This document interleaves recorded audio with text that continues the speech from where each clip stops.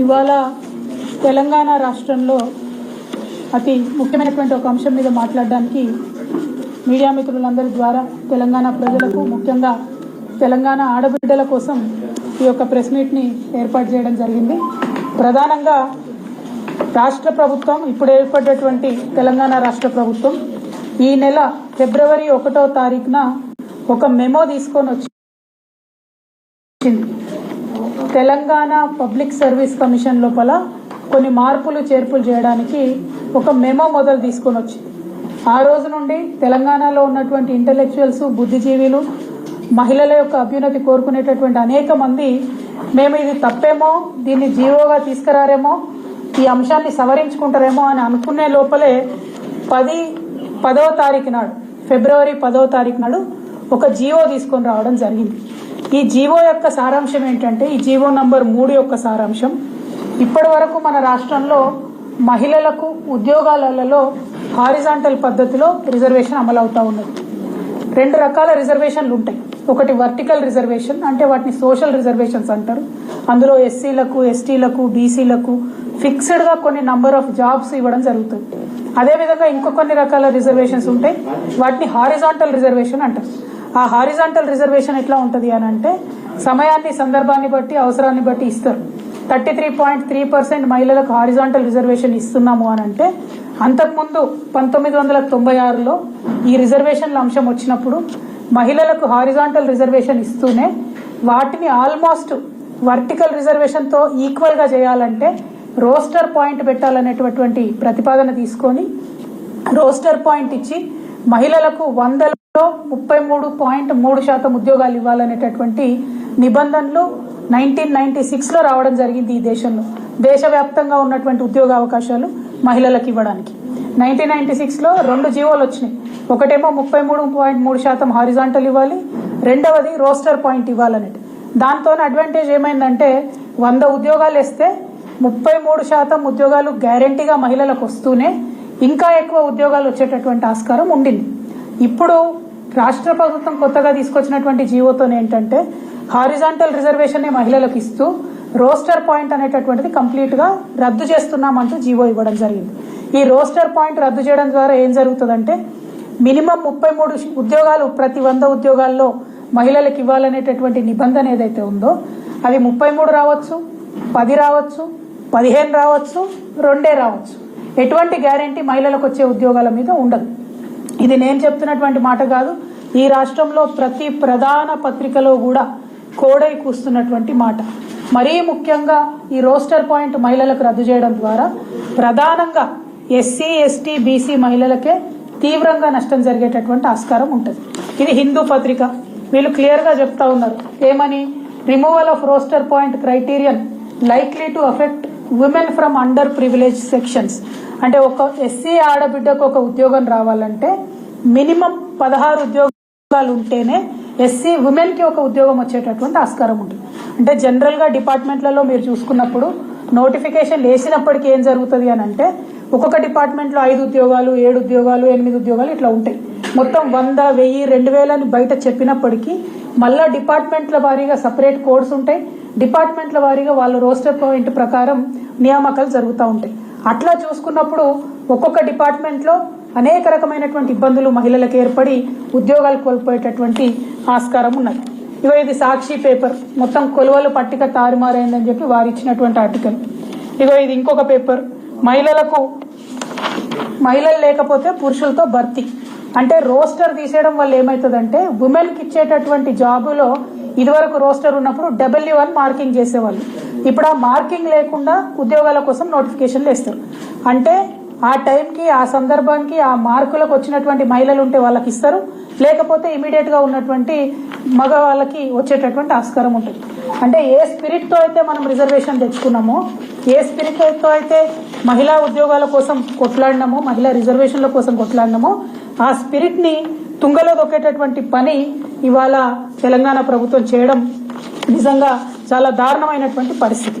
ఒక ఎగ్జాంపుల్ నేను చెప్తా ఉన్నాను, ఎందుకంటే ముఖ్యంగా మహిళా అభ్యర్థులు ఇవాళ 2,50,000 మంది దాదాపుగా తెలంగాణ పబ్లిక్ సర్వీస్ కమిషన్ లో అప్లై చేసుకుంటే అందులో 1,00,000 మంది మా ఆడబిడ్డలు ఉన్నారు. వాళ్ళందరికీ అంశాలు తెలవాలి, ఆడబిడ్డల తల్లిదండ్రులకు అర్థం కావాలి. మిగతా మగపిల్లలకు కూడా ఆడబిడ్డలకు జరుగుతున్నటువంటి అన్యాయం అర్థం కావాలి కాబట్టి ఒక ఎగ్జాంపుల్ తీసుకొని నేను చెప్పడం జరుగుతుంది. ఉదాహరణకి 1 నుంచి 10 వరకు రోస్టర్ పాయింట్స్ ఉంటే ఓసీకు 3 వస్తాయి ఉద్యోగాలు, ఎస్సీఈకి 1, బీసీకి 1, దివ్యాంగులకు 1, ఎస్టీకి 1, ఈడబ్ల్యూఎస్కి 1, బీసీలకు 1, ఇట్లా పోస్టులు ఉన్నాయనుకోండి.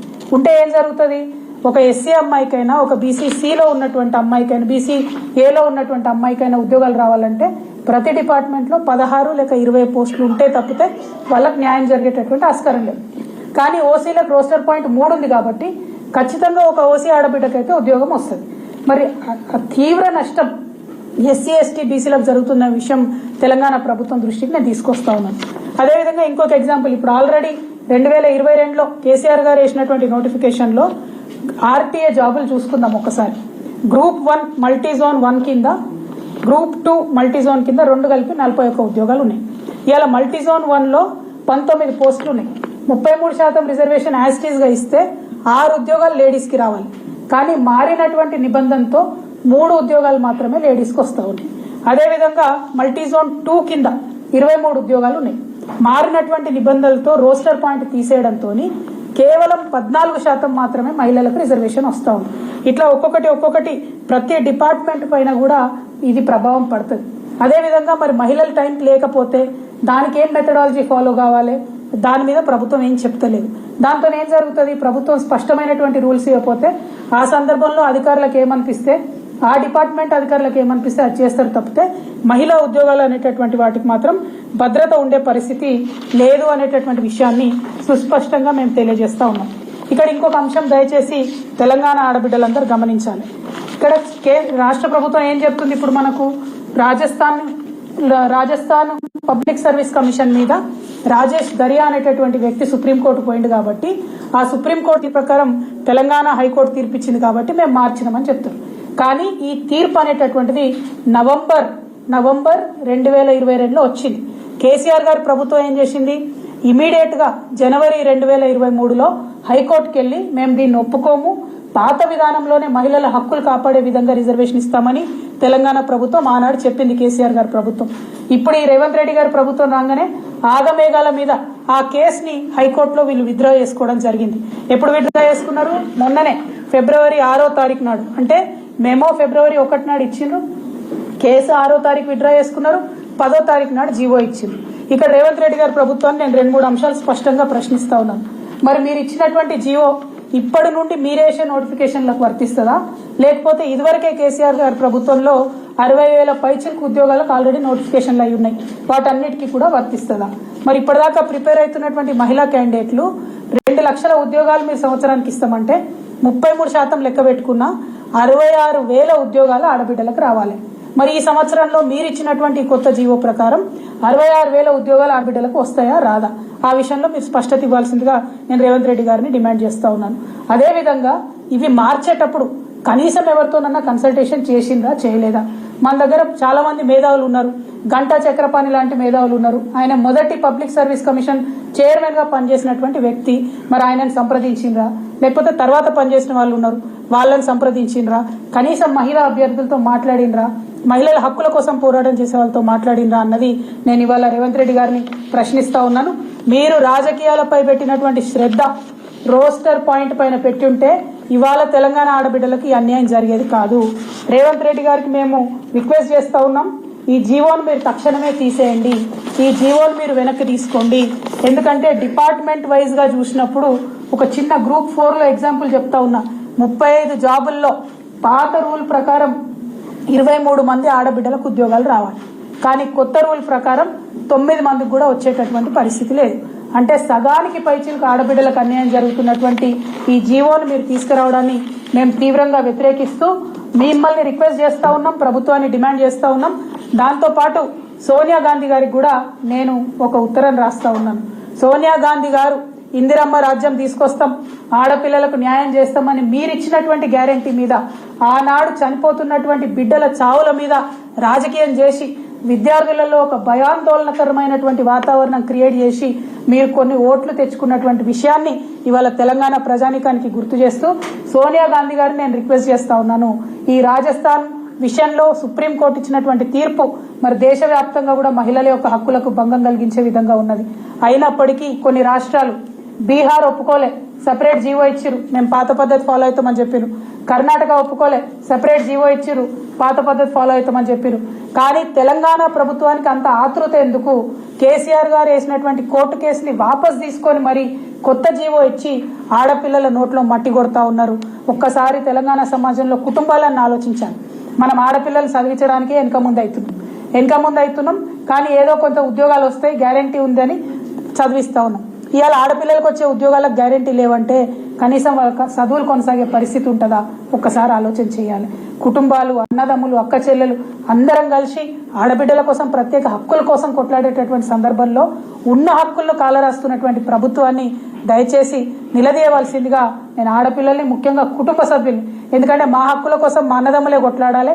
మేము కొట్లాడుకుంటే ముంగటపడం, అందరం కలిసి కొట్లాడితేనే ముంగటపడతాం. కాబట్టి ఇది చాలా దారుణం, చాలా అన్యాయం. కష్టపడి పరీక్షలకు ప్రిపేర్ అవుతున్న ఆడపిల్లలతో అన్యాయం జరుగుతుంది. కాబట్టి తక్షణమే ఆ జీవోను వెనక్కి తీసుకోవాలని చెప్పి రేవంత్ రెడ్డి గారిని డిమాండ్ చేస్తూ, అట్లానే సోనియా గాంధీ గారికి కూడా ఉత్తరం రాయడం జరిగింది. జాతీయ స్థాయిలో దీనిపైన మీ స్టాండ్ ఏంటి? తెలంగాణలో ఇచ్చినటువంటి జీవోను వెనక్కి తీసుకోమని రేవంత్ రెడ్డి గారిని మీరు ఆదేశించవలసిందిగా సోనియా మేడంకి నేను ఉత్తరం రాస్తా ఉన్నాను. Thank you. జై తెలంగాణ.